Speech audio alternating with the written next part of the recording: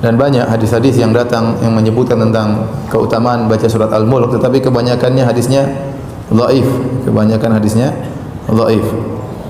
Seperti hadis Rasulullah SAW bersabda, hiyal mani'ah, hiyal munjiyah, tunjihi min adzabil qabr, bahwasanya surat Al-Mulk adalah surat yang mencegah, surat yang menyelamatkan pembacanya dari azab kubur. Hadis ini kata Imam Tirmizi hadisun hasanun gharib. Hadis hasanun gharib, biasanya Imam Tirmizi mengatakan demikian pada hadis yang dhaif ya. Namun datang ya dua hadis yang saya dapati yang sampai pada derajat hasan ya. Di antaranya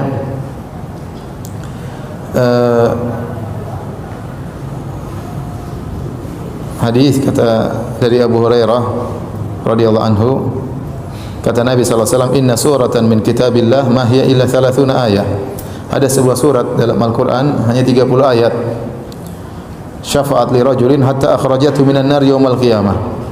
Surat ini akan memberi syafaat kepada seorang sampai akhirnya surat ini mengeluarkan orang tersebut dari neraka jahanam pada hari kiamat kelak. Wa adkhalathul jannata, dan surat ini pun masukkan orang tersebut dalam surga. Wa hiya suratu Tabarak, yaitu surat Al-Mulk, surat Tabarak. Ini hadis kata Tirmizi hadisun hasan dan dihasankan oleh Al-Busiri. Demikian juga hadis Ibnu Mas'ud. Beliau berkata qala Rasulullah sallallahu alaihi wasallam, Rasulullah SAW bersabda, surat Tabarak ya hiyal mani'ah min adzabil qabr. Surat Tabarak adalah pencegah dari azab kubur ya. Dan hadis ini dihasankan oleh Al-Munawi, Ibnu Hajar dan Al-Albani rahimahullahu taala. Namun tidak disebutkan harus dibaca tiap malam. Adapun yang disebutkan harus dibaca tiap malam hadisnya dhaif ya. Oleh karenanya surat Tabarak mencegah atau menyelamatkan seorang dari azab kubur, artinya seorang perhatian terhadap surat ini ya. Perhatian, sebagian perkataan sebagian ulama, ziyadatul ihtimam bihadis surah, lebih perhatian terhadap surat ini bisa menyelamatkan dari azab kubur. Entah dia baca sering atau dia mengerti tafsirnya atau yang lainnya, intinya surat ini diantara salah satu pencegah dari azab kubur. Namun tidak disyaratkan harus dibaca setiap malam. Surat Tabarak disebut Al-Munjiyah, Al-Waqiyah, surat yang bisa menyelamatkan yang hafal dari siksa kubur. Pokoknya singkat cerita, ada orang itu fasik, mungkin ya layak disiksa. Pas sampai disiksa malaikat, surat Tabarak muncul menjelma sebagai seseorang. Kalau kamu menyiksa orang ini berarti nyiksa saya. Terus kata malaikat, anti min kalamillah ya, rujuknya memang perempuan karena surah itu dari muannas karena ada taknya. Anti min kalamillah, kamu ini termasuk kalamullah. Wa ana akrahu musa'ataki, tentu aku enggak berani menyiksa kamu. Ya terus berdebat kata malaikat, ini orang enggak benar, ini orang fasik, saya harus mukuli dia. Terus kata surat Tabarak, sak fasik-fasiknya aku iku ning atine. Kena nyiksa dekne nyiksa aku. Wahnya debat karena enggak ada mahkamah konstitusi. Terus walhasil terus malaikat bilang gini, ya sudah kita lapor kepada Allah Subhanahu wa taala. Lapor, akhirnya surat Tabarak ini cerita ke Allah, ya Allah, ini orang setiap kali datang ke saya dari sekian surat-surat yang ada di Quran, orang ini milih saya, yang dipelajari ya saya, yang dihafalkan juga saya. Ini kata surat Tabarak kepada Allah. Jika orang ini hafal saya tidak ngefek ke dia untuk tidak disiksa, maka mendingan saya tidak termasuk kitabika, saya tidak termasuk Quran saja. Wong jadi Quran ora iso nyafaati. Terus kata Allah, lho kowe kok emosi, kata Allah. Ya harus emosi dong Gusti, masa wis dadi Quran kok gak iso nyafaati sing apal. Terus kata Allah, wis aman. Makanya terus banyak orang ngapalkan surat Tabarak ya, ini sekaligus ijazah nih untuk meradam kemarahan malaikat niku apal surat Tabarak. Syukur-syukur apal 114 surat. Oh niku malaikat sinten mawon pun kena nih. Cukup apal Tabarak. Sehingga adatnya orang-orang Jawa selain apal Yasin itu apal Tabarak. Nah saya itu lama sekali mempelajari bab ini. Ternyata di antara pokoknya itu satu, karena malaikat itu kena aturan fikih. Nggih imut nggih, malaikat itu juga kena aturan fikih. Jika orang hafal Quran itu haram disadui, kita haram menghinakan, maka malaikat juga kena aturan tidak boleh menghinakan orang yang hafal Quran. Dan alhamdulillah di banyak surahul hadis, hafal Quran itu maknanya tidak harus hafal semuanya. Orang boleh hanya hafal tabarok, boleh hanya hafal waqiah. Itu kalau kamu hafal betul, surat ini juga bisa berdiri sendiri mensyafaati Anda. Kayak ini surat tabarok, beliau matur kepada Allah SWT, redaksinya gini, inna fulanan amida ilayya min baini kitabika fata'allamani wa ta'alani. Jadi dari sekian surat yang ada di Quran, orang ini selalu milih saya ya Allah. Jadi gampangannya surat tabarok, wong saya diprioritaskan orang ini, kok saya dingin-dingin saja ketika mau jenengan siksa, ini enggak fair. Apa gunanya saya sebagai kalamullah, sebagai kalamuka ya Allah, kemudian tidak ngefek kepada orang ini. Akhirnya walhasil sama Allah surat tabarok diberi hak syafaat. Makanya akhirnya semua ulama ijma yang bisa mensyafaati itu adalah satu Quran, dua Rasulullah SAW, ketiga orang-orang soleh dan seterusnya. Da'watul mazlum la turaddu kan gitu. Laisa bainahu wa bainallah hijab. Jadi saya kalau donga langsung seret langit. Karena mazlum. Saya sinau tafsir itu Pak, sampean bayangkan ada tafsir itu sudah 27 jilid. Sing ngarang Fakhrul Razi itu bulatnya bukan main. Karena dia ahli filsafat. Bulatnya Masya Allah. Sudah gitu sinau Jalalain kadang dikomen oleh Sawi. Sudah kita percaya Jalalain dibuli Sawi. Percaya Sawi dikandani, oh iku Maliki Rasafi, oh ribet. Sudah gitu sinau Qurtubi, sinau tafsir Tabari itu susahnya. Belinya susah, belajarnya susah. Padahal saya punya keluarga, punya istri, punya anak. Bayangkan kalau istri saya rewel kayak istri sampean. Wah itu, tapi alhamdulillah enggak. Sama sekali enggak. Allah sudah milihkan, wah ini bahaya kalau punya istri rewel. Imam Sibawai itu kitabnya banyak, tapi yang terbukukan hanya kitab Sibawai. Karena beliau kalau sudah belajar lupa istri. Hanya pas beliau di pasar, kitabnya dibakar semua sama istrinya. Karena dianggap saingannya. Ternyata yang dicerai tidak kitabnya, malah istrinya. Itu Imam siapa? Sibawai. Tapi alhamdulillah kitab saya nggak terbakar, aman. Saya teruskan ya. Jadi untuk menjaga riya dilatih innama azzamu Allah. Sebenarnya mereka itu menghormati Allah. Sehingga wasail-wasail itu sebenarnya nggak pernah jadi subjek pelaku utama, enggak. Tetap Allah. Sebab itu kata Sayyid Muhammad, kamu kok mengatakan wasilah itu kafir itu gimana? Ketika innallaha qad ba'atsa lakum taluta malika. Talut itu ya manusia. PD-nya itu apa? Inna ayata mulkihi ayyatiyakumut tabut fihi sakinatum mir rabbikum wa baqiyatum mimma taraka alu Musa wa alu Haruna tahmiluhul malaikah. Jadi beliau PD itu kalau bawa sunduk semacam peti sakti, sing di situ ada baqiyatum mimma taraka alu Musa wa alu Haruna tahmiluhul malaikah. Ya kayak semacam jimat. Tapi saya bukan mensyariatkan jimat enggak, karena nanti banyak penjual yang pembohong juga gitu loh. Cuma cerita, kamu tidak usah mengatakan kafir. Dulu Talut PD-nya kalau bawa sunduk semacam peti kesaktian yang di situ ada baqiyatum mimma taraka alu Musa wa alu Haruna tahmiluhul malaika. Sehingga Khalid bin Walid meskipun beliau sahabat dan menyaksikan wajah Rasulullah SAW, itu bawa sya'aratun min sya'aratihi Rasulullah SAW, bawa rambutnya Nabi. Perang kemana-mana itu diletakkan di pecinya. Nanti sama tanya lagi, masa pakai peci Khalid bin Walid ini? Wah panjang, sampai itu repot. Sampai tak warai ngaji usul fikih. Usul fikih itu kalau ngaji itu ada istilah tangkihul manat. Ini mesti ini wilayah yang kita bisa berdebat sama Mbah Firjon. Dulu itu musuh saya karena saya makili Anwar, beliau makili Peloso. Tapi tahu-tahu kalah tua terus saya mengundurkan diri. Di fikih itu ada istilah, ada tangkihul manat, ada tahqiqul manat, ada tangkihul manat. Tangkih itu kira-kira gini, lafadz hadis itu dibuang sekian untuk tahu bahwa itu madarul hukmi. Misalnya gini, tak beri contoh paling gampang. Sama harus paham, kalau nggak paham nggak pinter-pinter. Ja'a a'rabiyun ila Rasulillah sallallahu alaihi wasallam. Ya karena ini menghormati Mbah Ahmad Siddiq, saya orang alim, jadi ngaji ini tetap ada suasana alim. Ya harus ada suasana alim, nggak perlu jadi orang alim, tadi susah. Sudah ngindari susah itu pintar, sudah itu aja. Jadi orang alim susah, ngindari barang susah pintar, berarti orang tidak alim pintar. Nah, meskipun tetap sudah kita itu pegangi sampai mati nanti. Loh, jadi orang alim itu repot. Itu kata Imam Ghazali, kalau orang alim kalau mau masuk surga itu sama Allah nggak boleh kif, kamu nggak boleh langsung masuk surga, coba cari umat kamu, syafaati dulu. Nah, saya takut nyari sampean nggak bisa kembali. Saya tidak punya rencana itu, pokoknya mau masuk boleh sampean aduan balik raroh dewi, wah repot nanti saya. Berat jadi orang alim itu berat. Ya saya teruskan ya. Ada tangkihul manat, jaa a'rabiyun ila Rasulillah sallallahu alaihi wasallam. Faqala ahlaktu wa ma ahlakaka qal waqatu imraati fi nahari Ramadan. Ya sidang kita, saya ini rusak ya Rasulullah. Kenapa? Karena saya menjima istri saya fi nahari Ramadan. Terus kata Nabi, kamu harus bayar kafarah. Napa Nabi kafarah? Puasa 2 bulan. Wong baru 1 hari aja terjadi gitu kok disuruh puasa 2 bulan. Ya tidak kuat ya Rasulullah. Baru berapa hari saya puasa aja kecelakaan seperti itu, apalagi kalau sampai 2 bulan. Enggak ya Rasulullah. Ya sudah kalau gitu kamu pertama ngasih makan apa? Itku rokobah kan, pertama merdekakan budak. Tapi kan sekarang nggak ada budak, makanya terus sekarang langsung puasa. Wah ini nggak bisa semua. Ya sudah ngasih makan orang 60. Kasihkan siapa ya Rasulullah? Ya orang fakir. Saya ini paling fakir.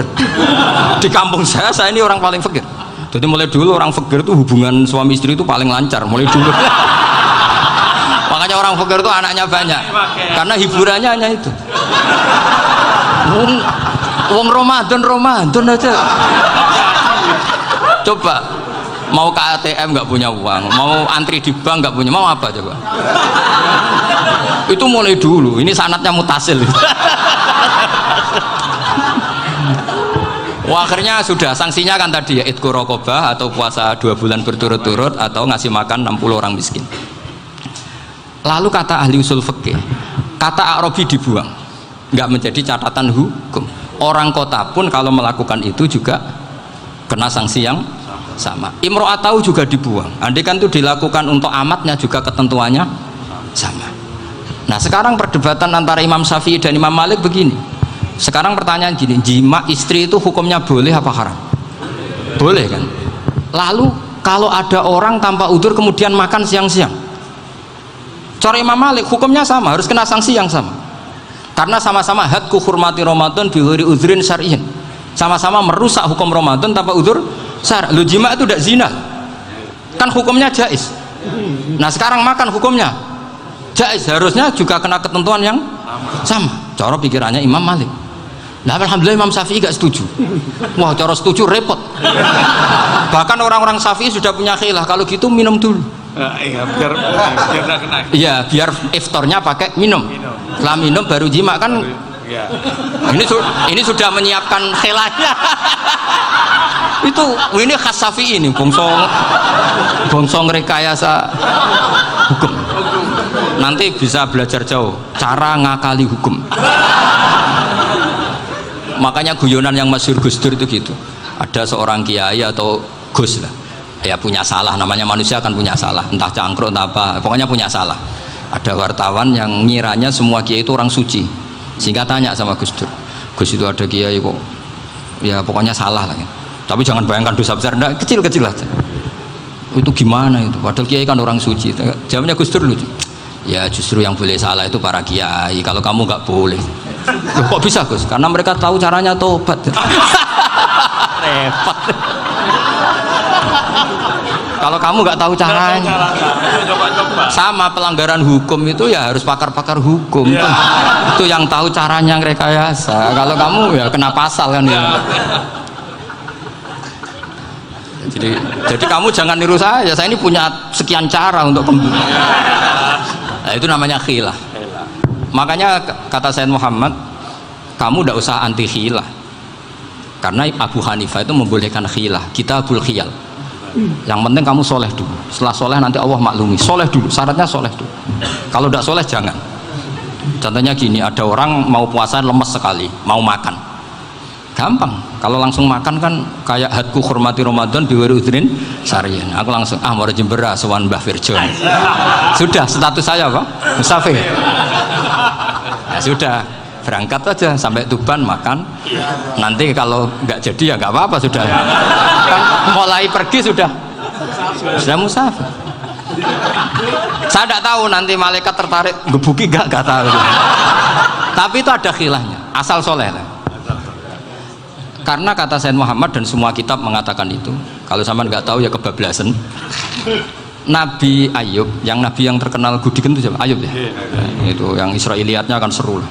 Gudiken dikukur bek kreweng itu terlalu lah kalau itu. Untuk kreweng konti ning Arab ora ono kreweng itu sudah masalah itu. Singkat cerita, Nabi Ayub ketika diasingkan kaumnya itu kan nggak punya sumber makanan. Lah orang lelaki itu mulai dulu egois. Istrinya Nabi Ayub itu cantik sekali, udah cantik, rambutnya bagus. Makanya kamu nggak usah tanya kenapa istrinya kayak banyak yang cantik. Ya, nah warasatul anbiya, nggak boleh gitu. Kalau nggak cantik ya warasatul anbiya dari segi balak. Istrinya Nabi itu semuanya cantik. Nggak usah tanya sebabnya apa, pokoknya gitu, semuanya cantik. Singkat cerita, beberapa kali istrinya Nabi Ayub itu kerja demi bisa nafkahi Nabi siapa?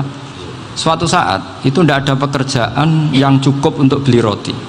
Satu-satunya peluang dapat rezeki itu putrinya raja itu rambutnya berondolin. Terus ada sayembara siapa yang rambutnya bagus mau dibeli. Sampai rambutnya istrinya Nabi Ayub itu dijual. Nabi Ayub tersinggung karena itu mengurangi kecantikan. Jadi lelaki mulai dulu gitu. Udah nggak urun kalau istrinya nggak cantik itu komplain. Itu khasnya lelaki. Jadi kalau kamu gitu ada sanadnya juga, tenang saja ya. Komplain ya pegawaian itu. Saking mangkelnya Nabi Ayub terus ngendikan la adriban naki mi'ata sautin. Kamu akan saya pukuli dengan mi'ata sautin atau dengan 100 cambukan. Atau mi'ata dikhtin atau mi'ata apalah sesuai konteks zaman itu. Engko namanya pecut tuku konti kok ribet lagi. Singkat cerita akhirnya ketahuan bahwa istrinya menjual itu demi Nabi Ayub. Allah nggak ridho kalau kekasihnya yaitu istrinya Nabi Ayub wis perjuangan kayak gitu malah kena hukuman. Tapi Allah juga nggak ingin kekasihnya yang bernama Ayub melanggar sumpah. Padahal beliau sudah sumpah, wallahi demi Allah nanti tak pukul dengan 100 kali. 100 kali dengan lidi lah misalnya, contoh yang gampang tuh lidi. Akhirnya sama Allah dikasih satu solusi. Wa khud biyadika dikhtan fadrib bihi wala tahnas. Ya sudah, lidi itu ikat jumlahnya 100. Terus pukul sekali saja. Anggap saja sudah 100. Iku pangeran sing wari ngakali ngono iku pangeran. Tapi syaratnya soleh. Syaratnya soleh. Jadi kalau kamu anti khilaf berarti anti ajarannya Allah di ayat itu. Wa khud biyadika dikhtan fadrib bihi wala tahnas. Itu dulu ada, ini cerita di Ithaf, ini cerita terakhir, ini sudah, sama jangan nama sudah. Terus pengumuman tadi yang nggak pernah sepuh ngutang saya itu haram tadi. Karena tadi saya punya kewajiban di rumah yang bisa menggugurkan ya kewajiban yang lebih besar. Lebih besar itu ya tadi bisa pernah guru, pernah sepuh, yang jelas nggak umur sampean menangkap itu tua serepet itu. Ada raja itu ganteng kaya, senengannya nikah perawan cantik. Itu semua kampung mesti kenal. Mungkin digilir atau gimana pokoknya. Suatu saat ada pemuda suka sama perempuan yang di kampungnya, cantik sekali. Kemudian pemuda ini ternyata pekerja di kerajaan itu. Tiap hari ditanya, oh itu yang di kampung yang cantik siapa? Mau saya nikahin gini. Wah bahaya, ini saingannya raja. Jadi yang dibidik pemuda tadi itu saingannya. Si raja ini orang yang namanya raja kan gengsinya tinggi. Kaifatang kihuha wa qad itu qad qabbalaha rajulun. Kobok nekapi ya, saya itu pernah melihat dicium lelaki. Wah, gak mau. Gak gelem, kadang ditambung lan waqat qabbalaha rajulun. Saya pernah melihat sendiri qabbalaha rajulun, dicium oleh lelaki. Wah, sudah gak minat raja langsung, gak keren. Suatu saat pemuda tadi nikahi perempuan itu. Rajanya marah, kamu lelaki gak punya harga diri gini. Gak punya selera, gak punya harga diri, sudah pernah dicium orang kok tetap dinikah. Terus bilang ke raja, ta'rif manir rajul, lelaki itu siapa? Abuha. Kamu tahu lelaki itu siapa? Sopo? Abuha. Bapaknya. Saya kan hanya bilang rajulun. Pernah dicium lelaki. Lah pikirannya raja itu lelaki kue-kue ngene iki. Tapi butuhe canom mau raja ben gak sida itu aja tuh. Baru kayak digulirkan gitu, waqat qabbalah rajulun. Wah nggak mau. Setelah itu satu saat pegawainya tadi nikahi perempuan. Kamu nggak punya harga diri gini. Kamu tahu mandir rajul apa abuha? Wah nak ngono aku gak apa-apa. Lah monggo sakniki wis bojo kula. Ora trimo wis diambung wis macam-macam. Lah itu namanya khilah. Apa? Khilah. Kalau di Balaghur disebut tauriyah atau apalah. Tapi saya tidak ngajari sampean seperti itu. Sudah pinter sebelum saya ajarin. Bangsa ngakali kan sudah pinter. Ya ini terakhir tak baca Arabnya saja nanti. Bismillahirrahmanirrahim. Biar dapat barokahnya Syekh Nawawi juga barokahnya guru-guru. Bismillahirrahmanirrahim. Wasababu nuzuli hadil ayati annahu kana baina farisa war rumi qitalun wa kanal musyrikuna yawadduna antaghliba farisu ar-ruma li anna farisa kanu majusiyan ummiyin wal muslimuna yawadduna ghalabatar rum ala faris liqaunihim ahla kitabin. Jadi zaman dulu orang Islam lebih senang kalau yang menang itu orang Nasrani. Kalau bandingannya ateis, karena bagaimanapun percaya kekuatan langit. Sementara orang ateis sama sekali tidak percaya kekuatan. Apapun bedanya kita dengan Nasrani itu ada kesamaan, yaitu percaya adanya kekuatan langit. Sehingga ketika orang Romawi kalah itu orang Islam ikut susah. Paham ya? Makanya ini tak baca biar sampean enggak macam-macam pikirannya. Fab'atha Kisra saat terusnya, ya pokoknya seperti itu. Akhirnya Rasulullah SAW berdoa lebih senang yang menang itu Rom karena ahli kitab. Artinya apa? Kemenangan ahli kitab adalah kemenangan makhluk atau hamba Allah yang mentautkan kekuatan kita di bumi dengan kekuatan langit. Makanya saya berharap selain kita ikhtiar medis, kita harus memperbanyak istighfar. Bagaimanapun semua itu dari Allah Subhanahu wa Ta'ala. Kita menghormati negara dengan ikhtiarnya, tapi saya mohon sekali kita juga istighfar, karena semua itu juga ditentukan oleh Allah, oleh langit. Ya, saya kira demikian. Assalamualaikum warahmatullahi wabarakatuh. Zaman Nabi Sugeng itu ada kuburan, sing ada sahabat dengar di kuburan itu ada terbaca surat Tabarok. Ternyata si mayit ini terima kasih mergo pas sampai disiksa mungkar nakir karena dia orang nakal itu, surat Tabarok datang. Mulane darani surat Waqiah, sebagian nama besar barang napa? Al-Waqiah sing jaga siksa, Al-Munjiyah sing nyelametno saking napa? Siksa. Walhasil mungkar nakir itu pas wade nyiksa, surat Tabarok itu keluar. Ya mungkar nakir, kamu maunya apa? Ya mau nyiksa orang ini karena dia nakal. Ya tapi masalahnya saya di situ, saya di hatinya dia, saya sudah mencampur baina mukhihi wa admihi wa asbih. Satu tubuhnya dia itu ada saya masalahnya.